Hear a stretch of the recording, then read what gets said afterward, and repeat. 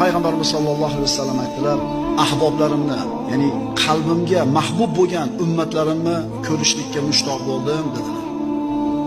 Sahobalar: "Axir biz sizni qalbingizga mahbub bo'lgan odamlar emasmizmi? Biz sizni habiblaringiz emasmizmi?" Rasululloh aytdilar: "Sizlar meni ashoblarimsizlar, ham suhbatlarimsizlar. Mening mahbublarim, mening ahboblarim oxir zamonda kelishadi. Ulardan dinni mahkam ushlagan odam xuddi cho'g'ni ushlagan odamdek bo'lib qoladi. Ularning ajri 70 ta odamning ajrichalik bo'ladi." Sahobalar: "Ularning 70 tasining ajri bizni bittamizning ajrimizchalik bo'ladimi? Yoki ularning bittasining ajri bizni sahobalarning 70 tamizning ajrimizchalik bo'ladimi?" deganida, ularning bittasining ajri sizlarning 70 talarda ajri bilan teng bo'ladi. Nimaga deb so'rash sahobalar.